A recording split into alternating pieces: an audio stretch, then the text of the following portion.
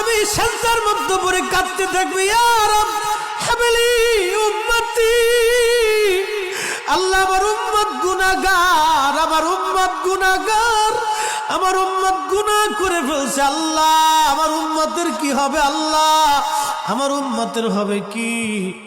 আল্লাহ পাক ডাক দিয়ে বলবেন, হাবিব আপনি আর সেজদায় পড়ে থাকবেন না, মাথা উঠান। আপনি কাঁদেন কেন? মেহেশর তো আপনার কান্নার জন্য না নবী, উঠেন, আপনি মাথা উঠান। আপনার জন্য আরশে মুআল্লার ডানে একটা কুরসি পেতে রাখছি, একটা চেয়ার পেতে রাখছি, একটা আসন রাখছি, আপনি নবী সেই আসনে বসবেন। আপনি মাথা উঠান, আপনি আমার হাবিব, আপনি আমার বন্ধু, আপনি আর কাঁদবেন না। হুজুর আপনি মাথা উঠান। আল্লাহর নবী তখন বলবে, ইয়া রব হাবলি উম্মতি, আল্লাহ আমার উম্মত গুনাহ করছে।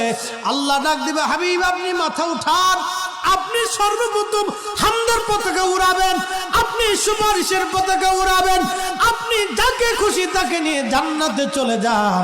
একবার জোরে বলা যাবে কি সুবহানাল্লাহ?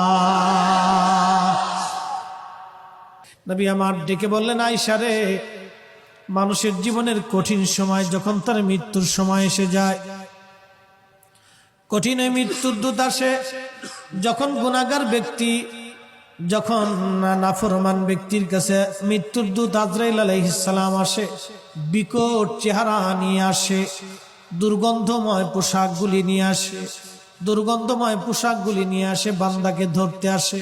তখন এই আত্মাটা, রুহুটা মাথার দিকে একবার দৌড়ায় যায়, হাতের কোনার দিকে দৌড়ায় আসে, পায়ের তলার দিকে দৌড়ায় যায়, সারা শরীরের ভিতরে ছটফট করতে থাকে।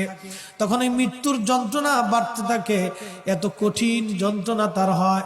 নবী বলেন, আয়েশা রে শোনো, একটা উট জ্যান্ত হালতে জবাই না দিয়ে উটের চামড়া ছিলাইলে যেই রকম কষ্ট হয়, আয়েশা রে এই উটটাকে জিন্দা হালতে 100 বার যদি উটের চামড়া তুমি সেলাও, যে পরিমাণ কষ্ট হবে আয়েশা, একজন বেঈমানের মৃত্যুটা এরকম ভয়াবহ কষ্ট হতে থাকবে। আয়েশা রে তুমি কি জানো ইমানদারের মরণটা কেমন হবে?